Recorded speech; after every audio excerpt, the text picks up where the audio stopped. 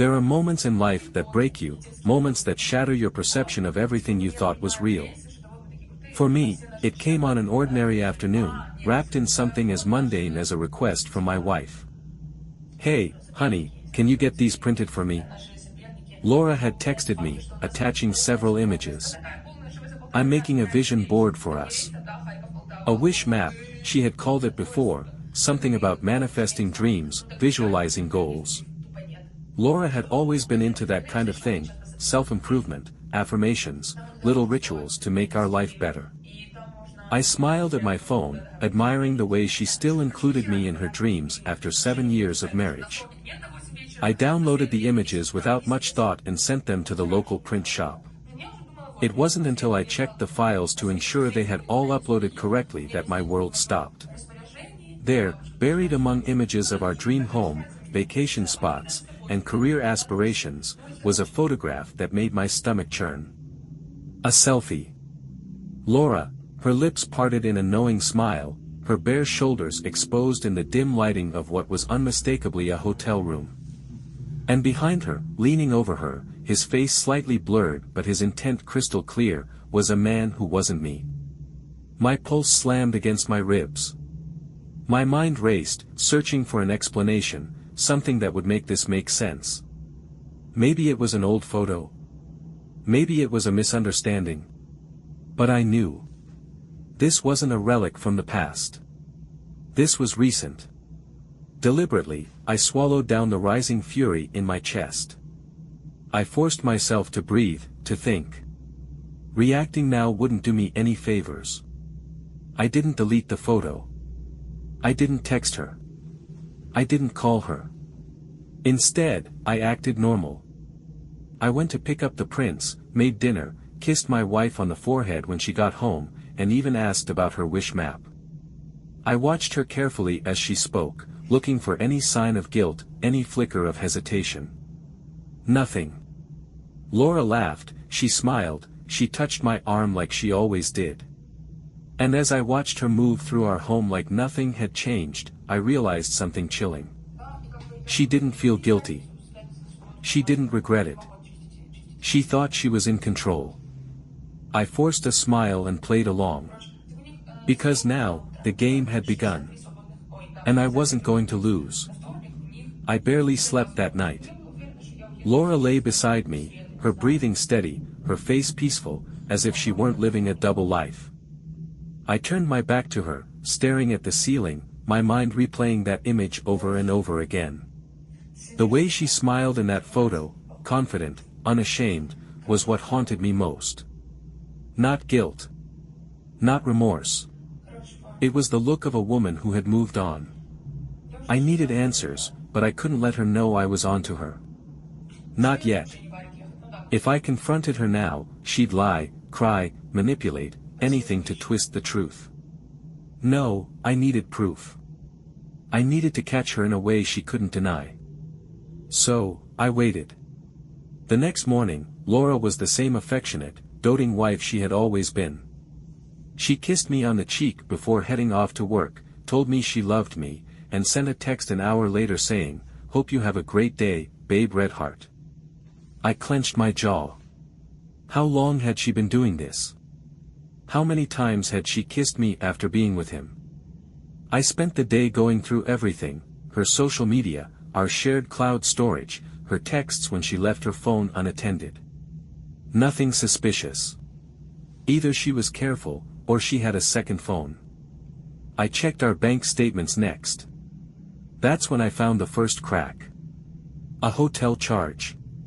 It wasn't massive, nothing that would stand out as suspicious on its own, but I knew we hadn't stayed at a hotel recently. And it had been charged midweek. A business trip, maybe. Except Laura didn't travel for work. My stomach twisted. This was real. By the time she got home, I had already decided my next move. "Hey, babe," she greeted me, tossing her bag on the couch and slipping off her heels. "How was your day?" I smiled. "Pretty good." "Hey, listen. I was thinking of taking a half-day Friday. Thought we could go out to that new steakhouse." Celebrate our anniversary a little early. Her eyes flickered, just for a second. Oh. Friday? That's sweet, babe, but I actually have a work dinner. I nodded like I believed her. Oh yeah? Where at? She hesitated. It was subtle, but I saw it. I think Sullivan's. Yeah, Sullivan Steakhouse. Liar.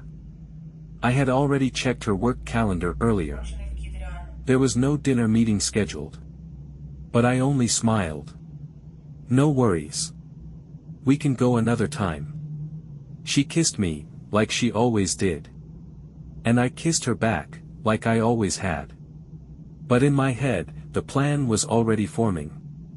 I was going to follow her. By Friday afternoon, I was ready. Laura had left home around 6, dressed in an elegant black dress, her makeup flawless. She looked stunning, deceptively so. Don't wait up for me, she had said with a playful smirk. These things always run late. I had forced a chuckle. Got it. Have fun. And just like that, she was gone. I waited 10 minutes before grabbing my keys. My hands tightened around the steering wheel as I tailed her from a safe distance, my heart pounding in my ears. She drove straight through town, past the restaurant she had claimed to be dining at, and instead pulled into a hotel parking lot. Sleek. Effortless. Like she had done it a dozen times before. I parked across the street, gripping my phone so tightly my knuckles went white. I could have stormed in right then, could have confronted her as she checked in. But I needed to see him. I needed to see who she was betraying me with. 10 minutes later, a man arrived. Tall. Athletic build. Dark hair. Expensive suit. He parked a few spaces away from her, glanced around as if checking for prying eyes, then casually walked inside. He knew. He knew he was sneaking around with a married woman. Rage burned in my gut, but I swallowed it down. This wasn't the time for emotions. I took out my phone and snapped a few pictures, zooming in on his car, his face as he passed beneath the streetlights. Then I waited. An hour passed. Then 2. It was a little after 11 when I saw them. Laura and the man emerged from the hotel, laughing, hands lingering on each other as they walked toward their cars. He leaned in, whispering something in her ear that made her giggle. Then they kissed. I felt my stomach turn, a sickening weight pressing on my chest. I snapped another picture. My proof. She stood there for a moment, fixing her hair in her car mirror, looking perfectly at ease, as if she hadn't just shattered our marriage. Then she drove off, heading back home. I sat in my car, gripping the wheel, watching her disappear into the night. I could go home now. Pretend I hadn't seen a thing. Pretend I didn't know my wife had just spent our anniversary weekend in another man's arms. But pretending was over. I followed her home. And I waited. Tomorrow, she was going to wake up thinking everything was fine. She had no idea that the game was over. The next morning, Laura was all smiles. She hummed as she moved around the kitchen, making coffee, flipping through her phone like nothing had happened. Like she hadn't spent last night wrapped around another man. I sat at the dining table, watching her, my hands wrapped around my own mug, heat radiating through my fingertips. I had barely slept. The images from last night played in my head like a sick, looping nightmare. She turned to me, her eyes soft, warm. "Morning, babe," she said, leaning down to kiss my cheek. I forced myself to stay still. To let her lips touch my skin like they always had. Like she hadn't used them on him hours ago. "Morning," I muttered. She settled across from me, sipping her coffee. "I was thinking, since our anniversary is tomorrow, we should do something special tonight. Maybe go out, have a little celebration." She wanted to celebrate. I swallowed the bitter laugh that threatened to escape. "Oh yeah?" I asked, keeping my voice even. Any ideas? She shrugged. Maybe that new seafood place downtown. I hear they have an amazing lobster. I nodded, pretending to consider it. But in my head, I was already planning. I could have confronted her right then. Could have slammed my phone on the table, shown her the photos, and demanded the truth. But she would lie. I knew she would. No, I needed to wait just a little longer. So I smiled. That sounds perfect. Her eyes lit up. Really? Yeah, I said, setting my cup down. We should definitely celebrate. Because after tonight, everything was going to change. That evening, I watched Laura get ready like she was just another loving wife excited for a night out with her husband. She curled her hair, put on a red dress that hugged her figure, and smiled at me in the mirror like she had no idea I knew. I let her believe it. We drove to the restaurant, ate our expensive meal, and even toasted to our 7 years of marriage. I played the role of the doting husband one last time. And then, as we lay in bed, the lights dim, the room filled with the soft sound of her breathing, she whispered, "I need to tell you something." I turned my head toward her, keeping my expression blank. "What is it?" She hesitated, biting her lip. Then she exhaled, as if preparing for something difficult. "I've been seeing someone," she said softly. Even though I had known, the word still felt like a blade to the chest. I didn't react. Didn't flinch. I just stared at her, waiting. She mistook my silence for shock. "I didn't mean for it to happen," she continued. "But I have feelings for him." Him. As if I didn't already know who he was. And then she dropped the real bomb. "I don't want to leave you, though," she said, reaching for my hand. "I love you. I love him too." My stomach twisted.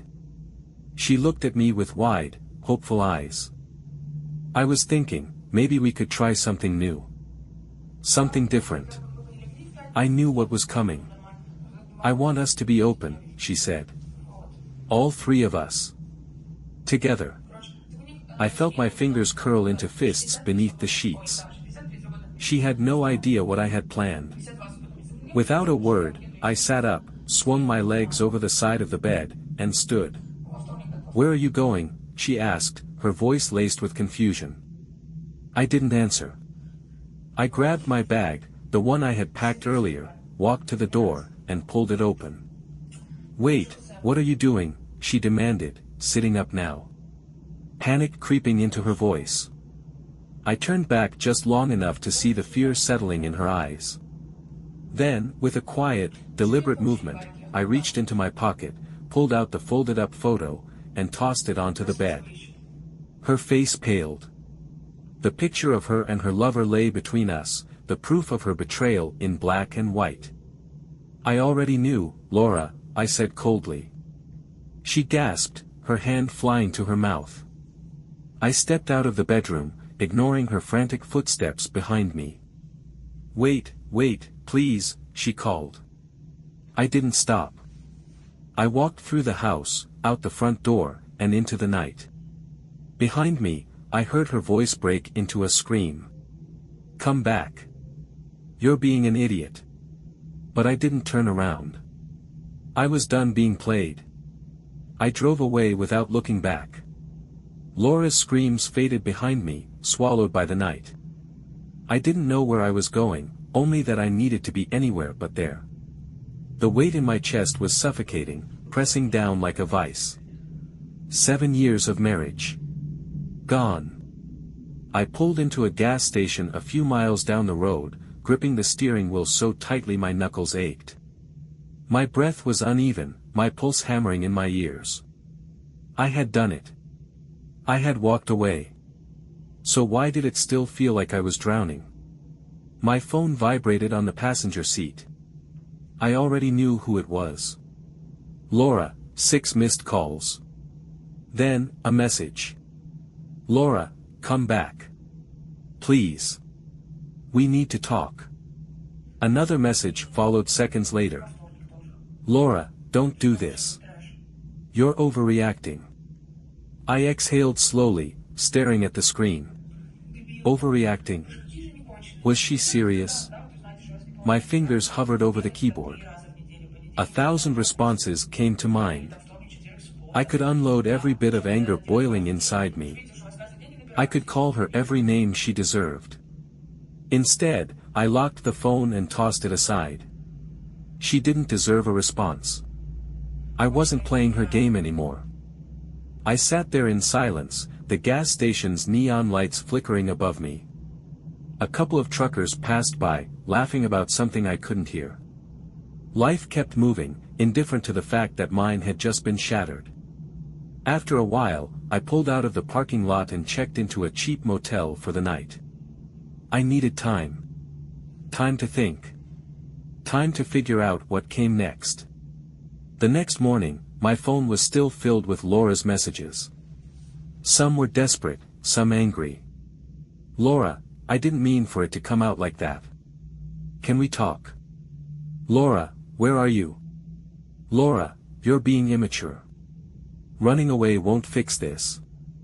And then, the one that made my stomach twist. Laura, if you don't come home, I'll assume we're done. Is that what you want? I let out a bitter laugh. That was her final play. The ultimatum. She still thought she was in control. She still thought she could manipulate me into coming back. I didn't reply. Instead, I made a call of my own, to a lawyer. By noon, I was sitting in a quiet office across from a man named Greg Simmons. He was in his early 40s, sharp suit, sharp eyes.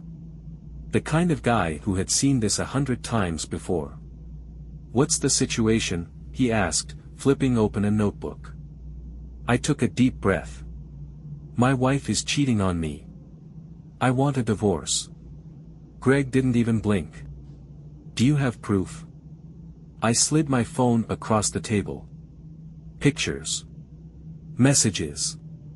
Bank statements. He nodded, scrolling through them. This is good. If she tries to fight, you've got leverage. I exhaled, relief washing over me. Finally, something concrete. Greg leaned forward. Let me ask you something, what do you want out of this? Just a clean break, or do you want to make her regret it? I met his gaze. I want to walk away with my dignity. And I want her to realize she never had the control she thought she did. Greg smirked. Then we'll make sure you leave on your terms. For the first time in days, I felt like I was getting my power back. That night, I drove back home, not to reconcile, but to end things properly. When I walked through the door, Laura was waiting in the living room. Her eyes were red-rimmed, her hair a mess. She had been crying. For a brief moment, I almost felt sorry for her. Almost. Then I remembered the hotel, the way she had laughed with him, the way she had planned for us all to live together like some twisted fantasy. Her choices led to this. She sat up as soon as she saw me. Oh, thank God. You came back. I stayed by the door, keeping my distance. I came to get my things. Her face fell. Wait, no. Don't do this. We can talk. We can work this out. I shook my head. There's nothing to work out, Laura. You made your choice. Now I'm making mine. Tears spilled down her cheeks. I didn't mean to hurt you. Then why did you? My voice was calm. Too calm. She had no answer. Just silence. I walked past her, up the stairs to our bedroom, and grabbed the bag I had already packed before leaving last night. Laura followed me. Please. We've been together for so long. Doesn't that mean anything to you? I turned to her, my chest heavy, my voice steady. It did. But you threw it away. Her lip trembled. I still love you. I let out a breath. No, Laura.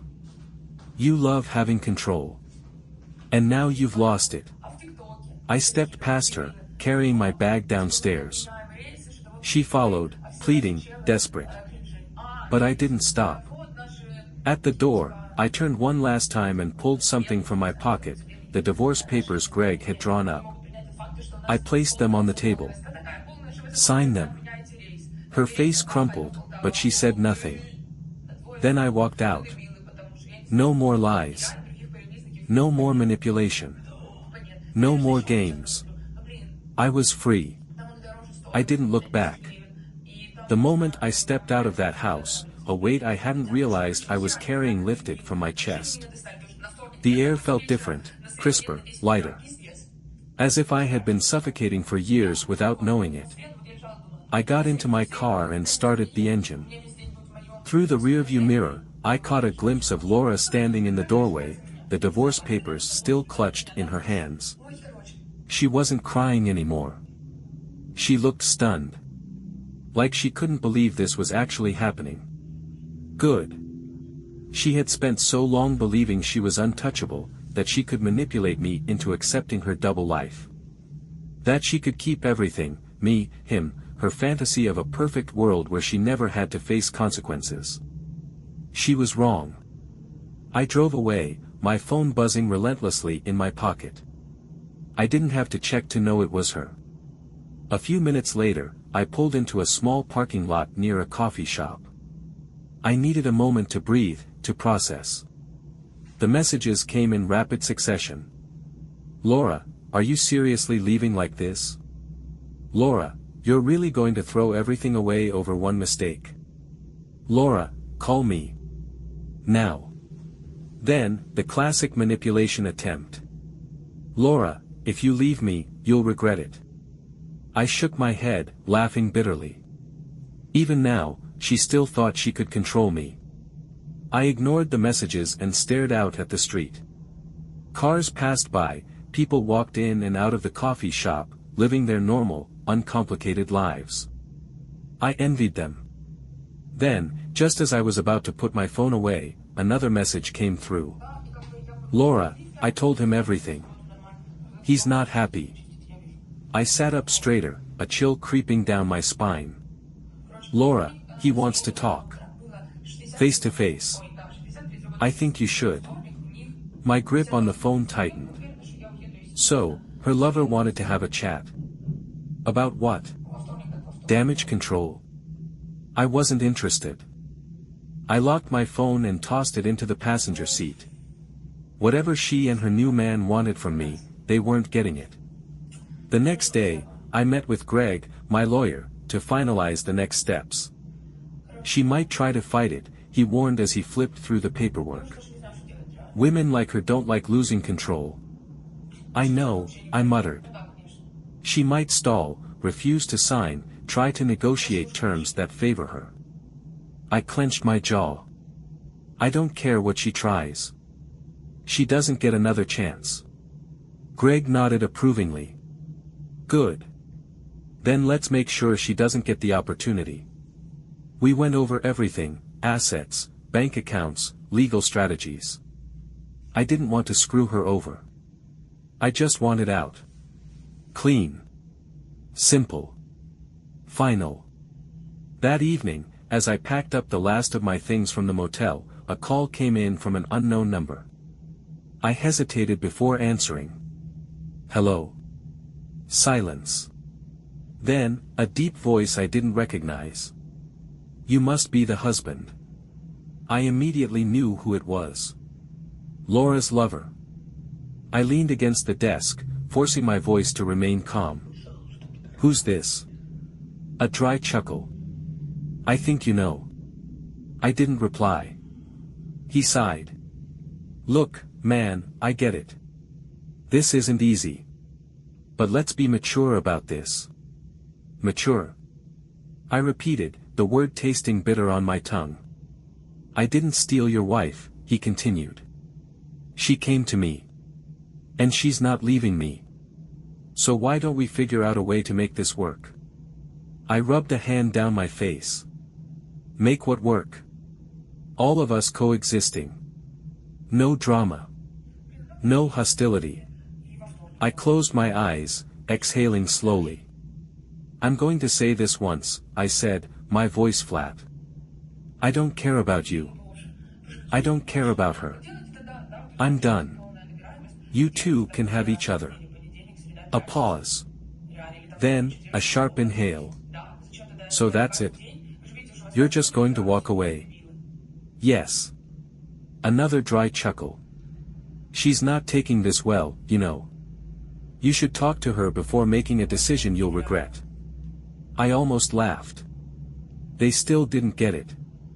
I don't regret a thing, I said. But she will.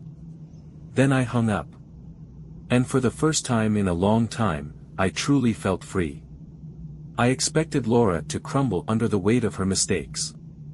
I expected her to beg, to try sweet-talking me back into her web, to play the role of the remorseful wife who just needed one more chance. What I didn't expect was how far she would go to hold on to control. The next morning, I was grabbing coffee when my phone buzzed again. Another unknown number. I sighed, already knowing who it had to be.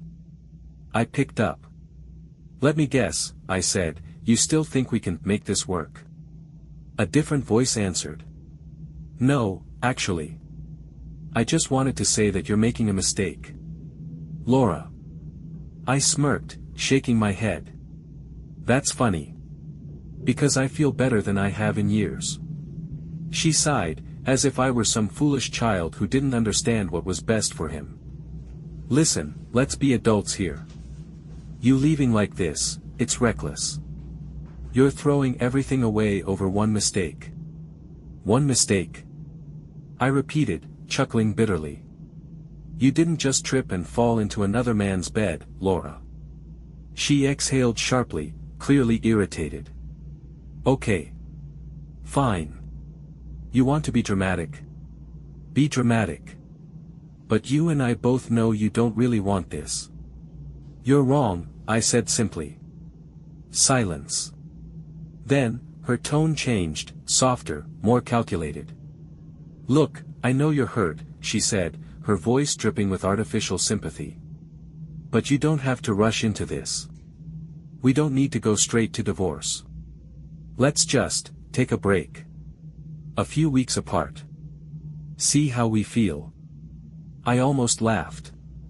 She wasn't offering a break to work on things. She was buying time. Time to manipulate. Time to make me doubt myself. Time to trap me back in. No, I said firmly. I already made my decision. Her mask cracked. Are you serious? She snapped. You're really going to destroy our marriage over this? Over one guy? One guy that you plan to move into our life, I reminded her. She scoffed. You're being so dramatic. Do you think divorcing me is going to magically make everything better?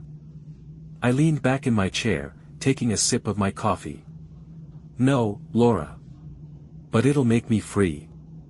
And that's all that matters. She was silent for a long time. Then, in a quieter voice, she asked. Where are you staying? I smirked. Not telling you. More silence. Then, her voice turned ice cold. You'll regret this. No, I said, standing up. You will. Then I hung up. I had a feeling this wasn't over. And I was right. That night, I got an email from Greg, my lawyer. Greg, you might want to see this. Attached was a police report. Filed by Laura. The claim. That I had threatened her. That I had left in a violent rage. That she was afraid for her safety. I gritted my teeth. She was trying to set me up. I called Greg immediately. What the hell is this? I asked. Greg sighed. She's playing dirty. This is a classic move, false allegations to gain leverage in the divorce. She's lying, I said through clenched teeth. I know, Greg said. But if she's smart, she won't push it. She has no proof. No bruises, no witnesses. And more importantly, you left, which works in your favor. Judges don't usually buy, "I'm scared for my life," when the accused voluntarily walked away. I exhaled slowly. So what now? Now, Greg said, we keep our guard up. She might try something else. I clenched my jaw. Fine. Let her try. She had already lost. A week passed. Then 2. Laura didn't sign the divorce papers. She stalled. Sent texts about thinking it over. Tried to get mutual friends to reach out, to convince me I was being too rash. But I didn't budge. And then, she made a fatal mistake. She texted me out of the blue. "Laura, I miss you. Laura, I've been thinking a lot. I realize now that I was wrong. Can we talk?" I frowned. Too easy. Then she sent another. "Laura, I broke things off with him." I sat back, rereading the words. She thought she could use him as a bargaining chip. That if she chose me, I'd come running back. She had no idea that I already knew something she didn't.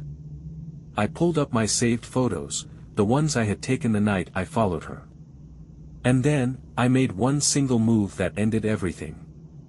I forwarded the pictures to her lover's wife. Within an hour, my phone blew up. Not from Laura. From him. The guy she had risked everything for. The guy she had so confidently assumed would be her future. He called 7 times. I didn't answer. Then, finally, a text came through. "Him, you're a real piece of s*******. You ruined my life." I smiled. "No, buddy. You and Laura ruined your own lives. I just let the truth do its job." An hour later, Laura called. I answered this time. She was hysterical. "How could you?" she screamed. You destroyed everything." I leaned back, utterly calm. "No, Laura. You did that all on your own. You didn't have to tell her," she shrieked. I laughed. "And you didn't have to cheat. But here we are." She was sobbing now. He left me." I nodded. "Smart man." There was silence. Then, in the smallest voice, she whispered, "What do I do now?" I let the silence hang between us. Then, in the coldest, most honest tone I had ever used, I gave her the only answer I had left. "Not my problem." And I hung up. For good.